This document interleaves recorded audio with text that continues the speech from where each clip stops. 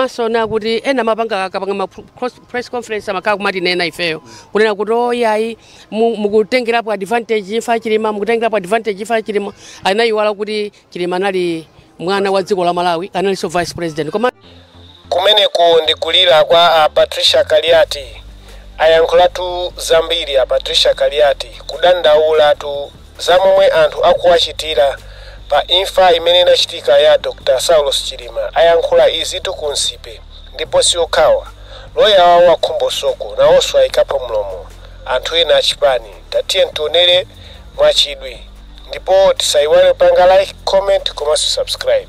Ndipo posachedwa pompa tikhale tikuona ndithu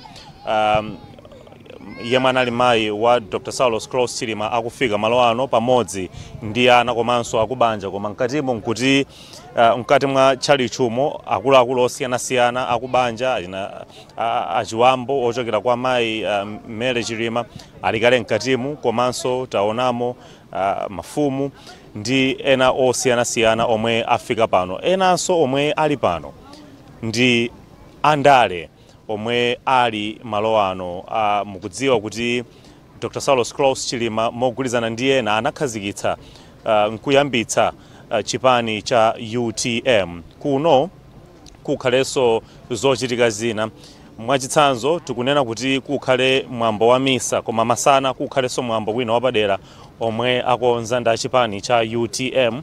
Nde ndimafuna ndikuonetseni za Dr. Saulos Cross Chilima. Anali munthu amene anabadwa pa 12 February mchaka cha 1973 ndipo anatisiya pa 10 June chaka cha 2024 ali ndi zaka 51. Anali munthu wa zochitika zosiyanasiyana, anali wachiwiri kwa mtsogoleri wa dziko komanso amachita za masewero ngati chithunzi chimene chikuonetsera nkuti amasikonda kusewera golf komanso kupalasa njinga zonsezo amachita. Chinanso chachikulu kuno ndi ku Nsipe kuno kwa inkosi ya makhosi Gomani the 5th Achilima analinso impi kapena tinene kuti nduna ya mfumu imeneyi pofuna kungolankhula mchichewa choveka bwino nduna ya inkosi ya magosi Gomani the 5th ndipo kukhala impi ndekuti ndi nduna yapadera. Iwo tikunena kuti analinso corporate komanso vice president amakonda ndithu kutsogolera mu ntchito zosiyanasiyana komanso amacheza bwino ndi anthu osiyanasiyana komanso kukhala mu zionetsero zosiyanasiyana zonsenzi moyo wa Dr. Saulos Cross Chilima amene akonza mwambo umenewu azipereka ndithu muzithunzi zooneka bwino ndithu kungofuna kusonyeza moyo wawo wapaderadera. Ndiye ndi makamba zoti anabadwa pa 12 February mchaka cha 1973 ndipo iwowa anagonanso malo omwe ano pomwe anagona sipatali ndipatsidya pompa kumusi uko titha kukuonetsani kuti iwowo anagona pati. Komanso iwowa anali munthu okondedwa ndi anthu osiyanasiyana, amayi achikulire ndi ena osiyanasiyana komanso ndi makamba za chipani chomwe anakhazikitsa. Mwina ndingochezako ndi anthu amene anachezako ndi kamena anakhudzidwako in one way or the other ndi malemu Saulos Cross Chilima. Mayi mwina titayima apa tipereke mpata ku galimoto ilo kuti tilankhulane. Choyamba ndikudziweni komanso komwe mwachokera. Ndikugwirirani. Choyamba ndikudziweni. Zikomo kwambiri. Ine ndine mayi Margaret Chilamwa ndachokera ku Bwanje. Ineyo ndabwera kuno panopo tili pa chalichi ya Katolika tikuyembekezera kuti mwambo yambike. Ineyo mtima wanga ndimakumbukira malemu a Saulos Chilima kuti kumbali ya ndale kuchipani takhala nawo nthawi yayitali. Makhalidwe awo anali ndi umunthu komanso ku mpingo wa pano wa Katolika tinamva kuti iwowo nthawi zambiri amabwera pa mpingo pano kusesa pa chalichi nkumadabwitsa Khristu awo pa mpingo pano kusonyeza kuti iwo anali ndi mtima wodzichepetsa. Ndipo ifeyo timadandaula mpaka na pano za imfa yawo sitiyiwala timakumbukirabe kuti mmene ndimaganizira ine mtima wanga zimandikhudza ngati mwana wanga wobereka ndekha. Zimandikhudza kwambiri ifwa nyamata amene anali ndi mtima wodzichepetsa kwambiri. Anali ndi mtima wodzichepetsa amacheza ndi anyamata amacheza ndi azigogo ngati ifeyo kumatitenga ngati anthu.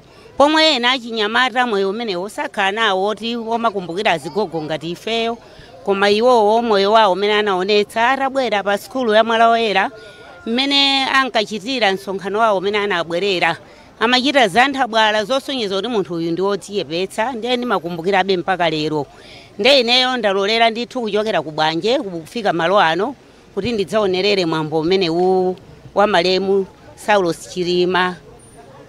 Chabwino mayi ndakuthokozani. Zikoma kwambiri. Timanena kuti anakhudza anthu munjira zosiyana-siyana, mbali inanso ndi achipani. Mwina bwana ndingayankhule nanu mu nthawi zochepa chabe, choyamba ndikudziweni wawo. Ine ne Thomas Kwiya, makambakanda yikula kushapu pale kuchigwa kulowa Ganya. Kucha? Kulowa Ganya. Kulowa Ganya. Ndi mwachoka kwa Ganya kufika kuno. Pali phazi. Zenizo. Chakubweretsani kuno nchani, tikudziwa kuti mwambo inde komabe palinso apa zina, komano chomwe chakukhudzani kuti mpaka mufike pano mmawa uno.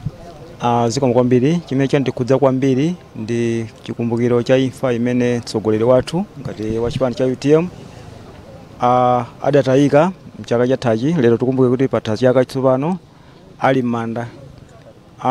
Ifeyo ngati achipani komanso ineyo pandekha ngati munthu ndimakumbukira munthu amene chifukwa cha ntchito zimene amagwira ku chipani, kudzipereka, komanso anali munthu ofikirika amene samaona, samasankha, samaona sodera kuti ndiyokera dera liti kapena wa ndi ndani. Munthu amene anali odzipereka komanso odzichepetsa pamaso pa anthu onse. Choncho ineyo ngati mmodzi wa anthu achipani komanso ngati nzika ya kuno ku Malawi ndilodandaula komanso kukhudzika koposa kuti imfa ya munthu ameneyi sindidzayiwala moyo wanga wonse. Zikumwambiro tikunena kuti tikupitirira kukupatsirani mmene zilili kuno, anthu akufika pang'ono-pang'ono, komanso ngati mukuona nchithunzi uko pali mpingo apo umenewo akuluakulu ansembe akudikirira kuyembekezera ndithu anthu ndinafotokoza aja malingana ndi program kuti pakhale pakufika apa yemwe anali mayi wa kunyumba kwa Dr. Saulos Klaus Chilima, komanso kukhale kukufika mtsogoleri wakale wa dziko lino Dr. Joyce Banda.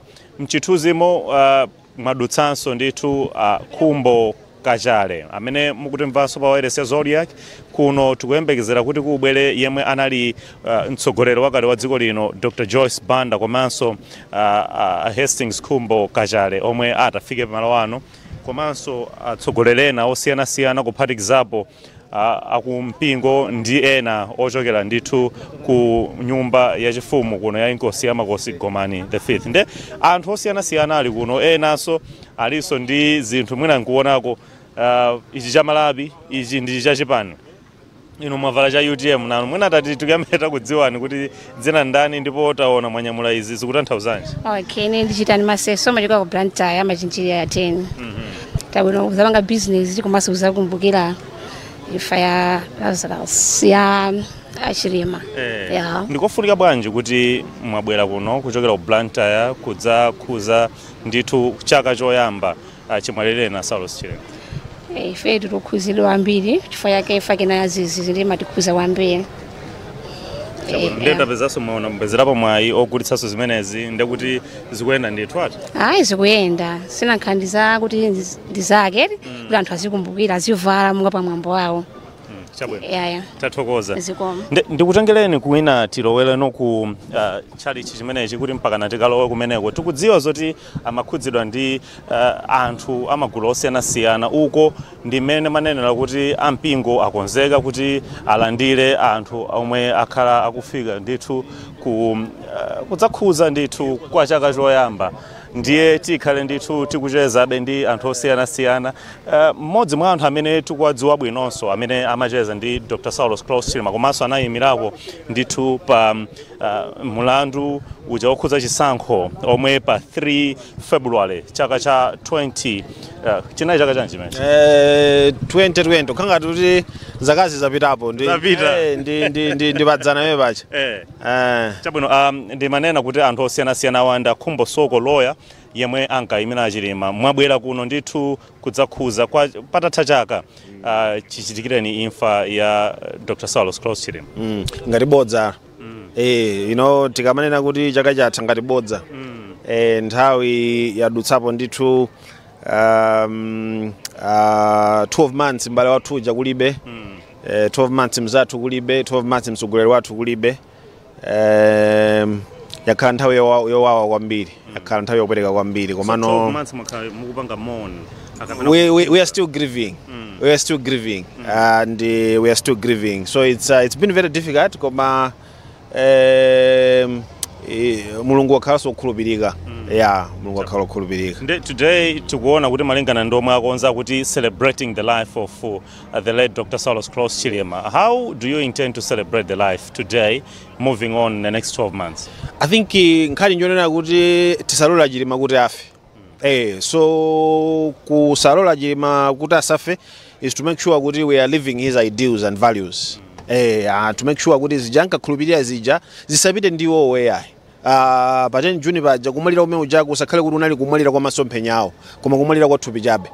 Yes. Tikuona kuti kukhale mwambo wa misa apakenaka msonkhano wa ndale mwakhalanso mukulangiza chipani cha UTM pakhalenso ma speech tikembekeze kuti ino mukhalako kumeneko mwinaso yapoti ndi program ina nkuyalankhulako inu kumeneko.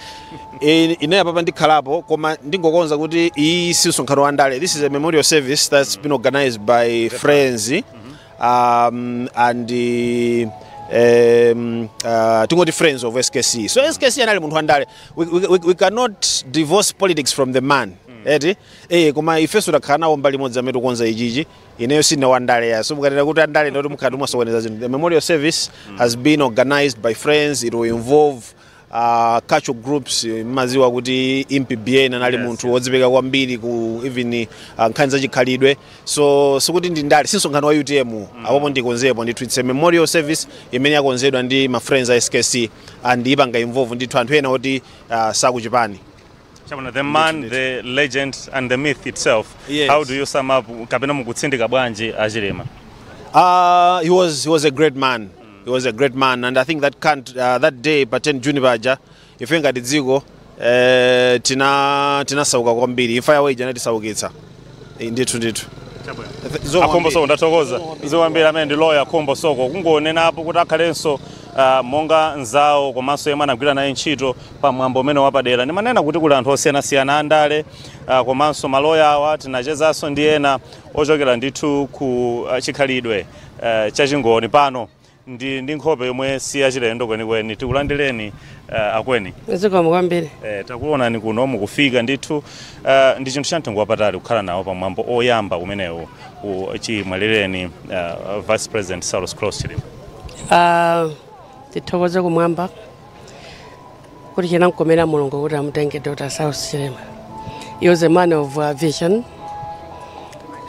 Komanso anali tate osaona nkhope, anali wansangala komanso anali ndi masomphenya mene amanenera mwina malembi nkamuthalika una kuti dream in colors. Ndi mmodzi amene amalota maso ake mphenya ake anali in colors, and we are still mourning for him. Ndipo sitizamuyiwala mpaka nakalekale. Tingopemphera kuti mzimu wake wonse mumtendere. Timaona kuti tikatha mwambo wa misa uwu palinso chikonzero ichi. Poyamba timaona ngati yayi mwina pakhale ngati msonkhano wa ndale chifukwa kwabwera anthu amakaka koma akuti it's been organized by friends of Chilima. Mukhale muli kumeneku uthenga omwe tikhale tikuyembekezera kumeneku ndotani popita chitsogolo chidzulo chino?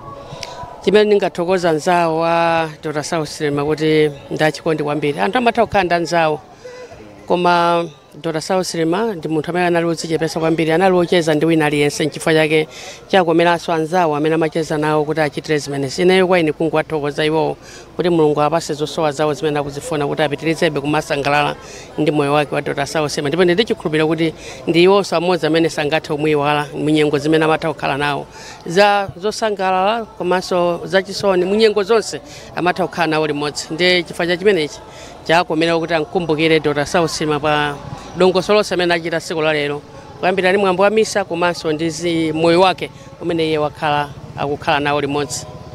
Mayi Kaliati, pomwe tikufuna titsirizo cha zakwathu ndimafuna ndikufunseni funso lina lofunika kwambiri.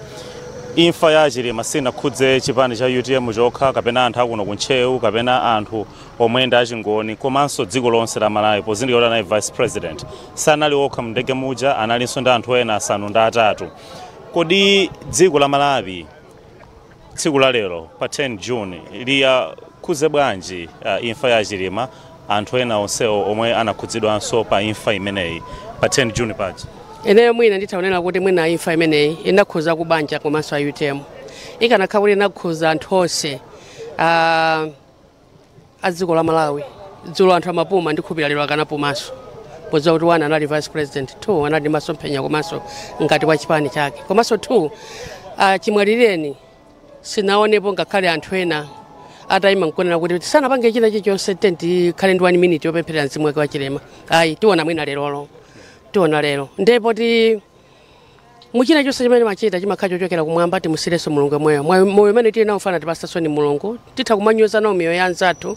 Komabe idzafikanso nthawi kuti wina aliyense nimakondwera kwambika ndimakhulupirira mawu wina analemba nsewapita ku Kasungu analemba wina kuti nkhalenso mfiti zizafanso nde palibe wina amene atazayanikidwe koma tonse tizakhala kupita kumwamba nde komanso ndanena zichifukwa chani ambiri akhala kumanena mwano kwambiri ifeyo tikalira amakhala kuti nena ena kumapanga ma press conference ona kuti bwanji mungopanga zakuti kusonza kuti imfayi ikanakhala kuti ya dziko lonse pano ena onse tikumva chisoni pano ena aso tunena kuti sanapange program ina iliyonse chimwalireni tikumanena kuti tent ime pa for 1 minute silent koma sizinachitikepo tichita kuonera lero ndife tokha UTM amene khatu mapanga komanso na kuti ena mapanga akapanga ma press conference amakhala kumati nena ifeyo kunena kuti oyayi mukutengerapo advantage imfa chilima mukutengerapo advantage imfa chilima anayiwala kuti chilima anali mwana wa dziko la Malawi analinso vice president komanso anali president wa UTM ndeni mangofuna kuti ndithokoze a dziko ambiri 1 million votes imene analandira chilima amene analira naye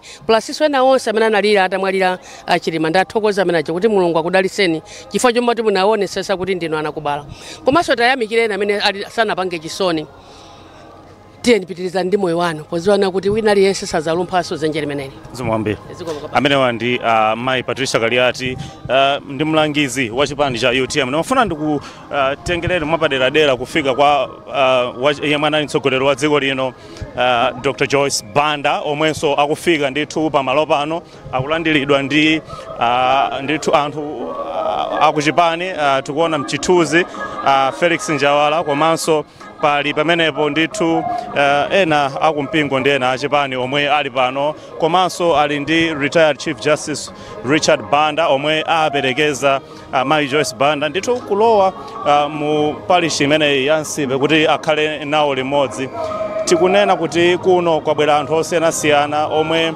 akudzakhuza ndithu patatha chaka imfa ya Saulus Klaus Chilima kuno ku Nsipe.